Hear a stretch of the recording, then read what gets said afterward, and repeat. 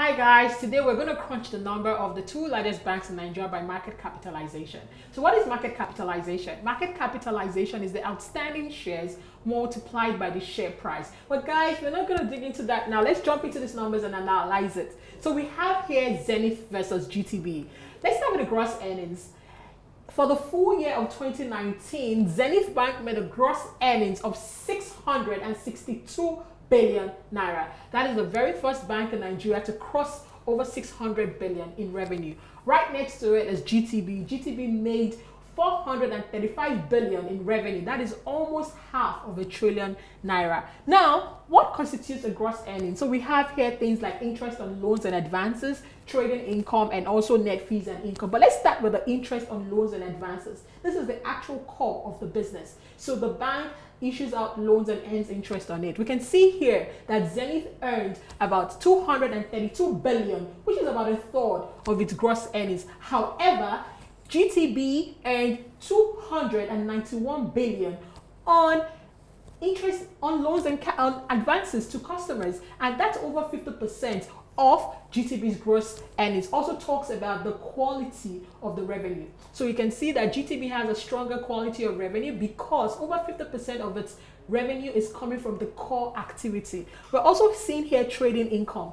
Zenith Bank made 117 billion naira in trading treasury bills, while GTB made about 20.8 billion from trading treasury bills to gains on forex, amongst others. You can see that there's a very large gap between both. We have here as well the net fees and commission.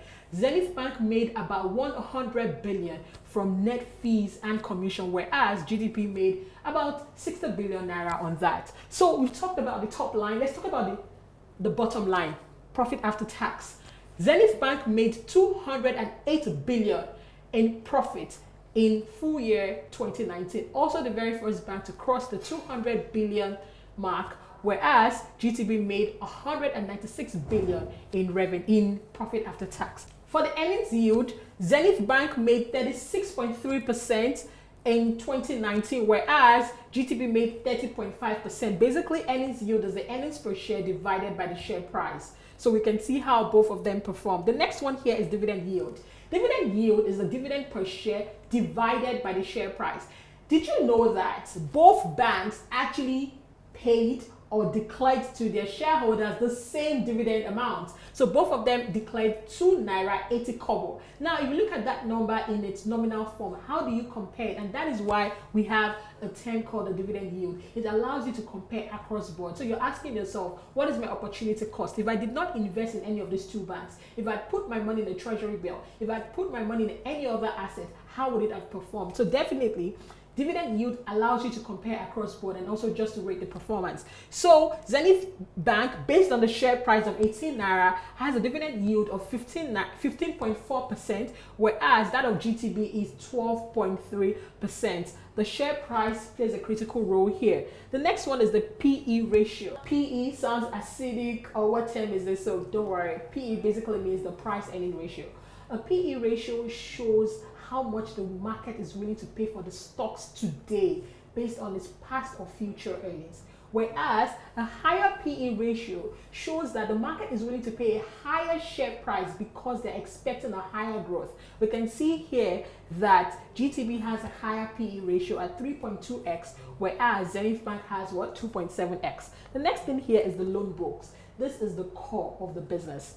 Zenith Bank has 2.3 trillion loan book, whereas GTB has 1.5 trillion loan book size. Now, remember we spoke about the interest on the loans and advances.